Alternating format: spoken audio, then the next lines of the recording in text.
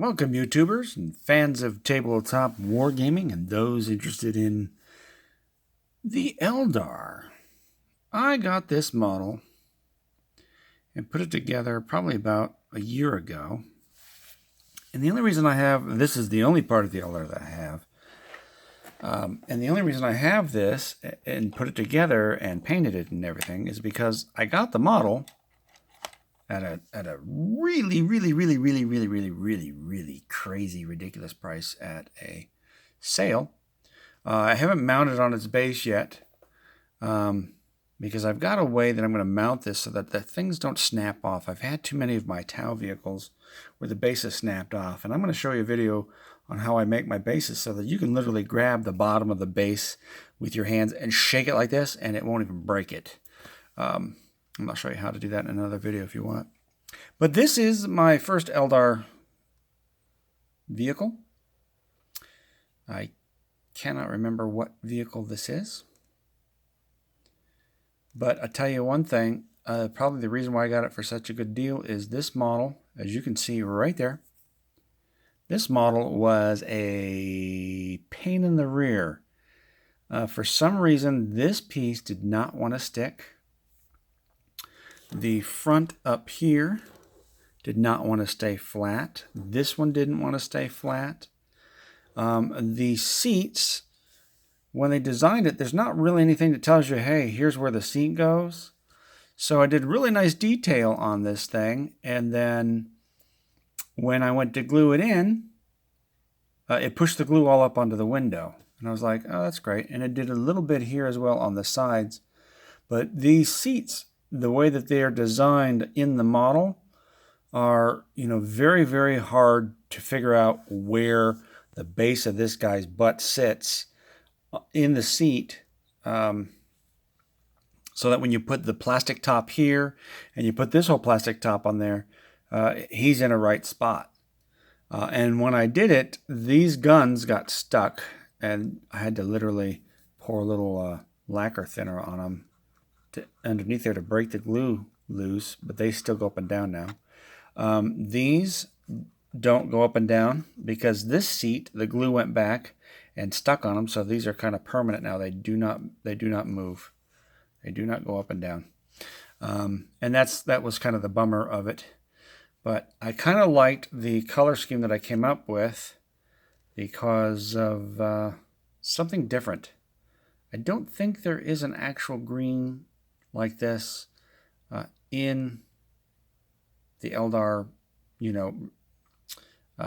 societies. I don't think there is a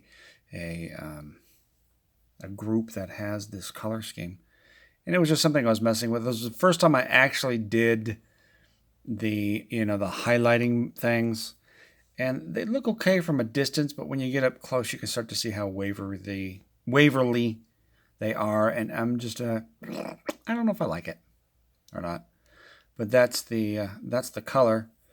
And I don't know how many of these you're supposed to paint as actual gems. I think I got kind of nuts because I hit just about every stinking single one of them.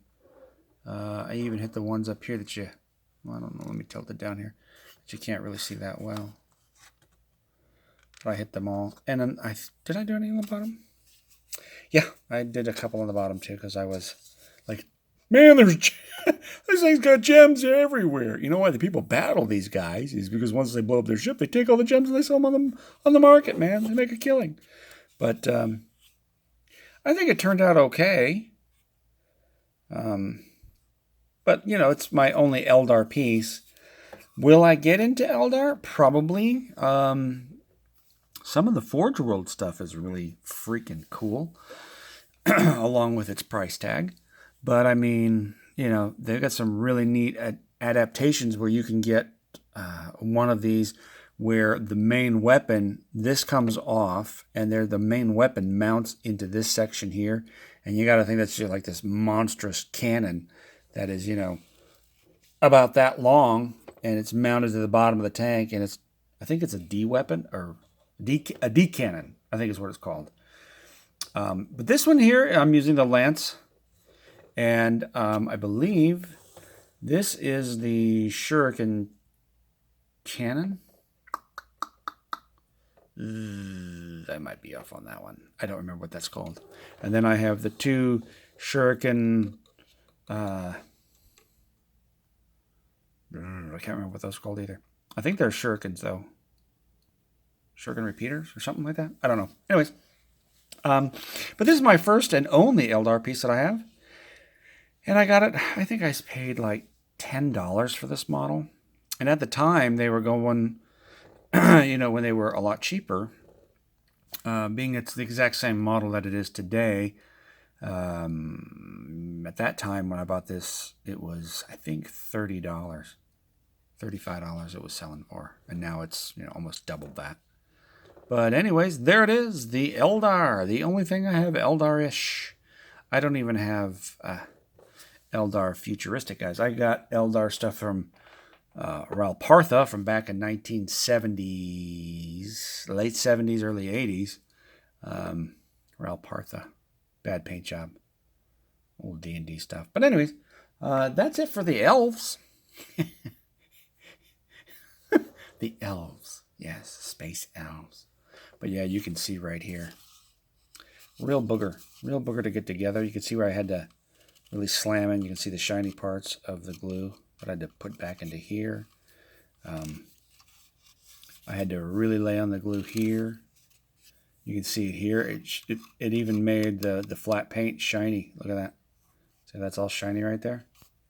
Yeah, this thing just did not want to go together and fought me the whole way. In fact, I don't know if you can see it on this or not, but no, you can't. But this piece right here where the bottom of the engine is supposed to lie flat, like it does on this side with the armor. So this part of the engine here has a little panel that mounts underneath this section here. Well, this piece here is not touching that part of the plastic. It just did not want to do it. Even though I shoved all that super glue up in there, you can see it here. I'm trying to get the light to shine it in there, but well, I guess you can see it a little bit there. And a little bit of it here. But this thing just did, ugh. And I literally had to take rubber bands and pinch this thing down. In fact, I went to the Harbor Freight and bought one of those little plastic like C-clamps and used that to hold that down, and it fought me the whole way. And I took the thing apart like 2-3 times trying to figure out, did I mount this inside here wrong? Did I mount the engines wrong? Did I not get them to lie flat perfectly? Because this is stuck. This is molded into the bottom of this piece here. So I thought, well, maybe these are messing it up because this side went perfect. This side, the devil's child.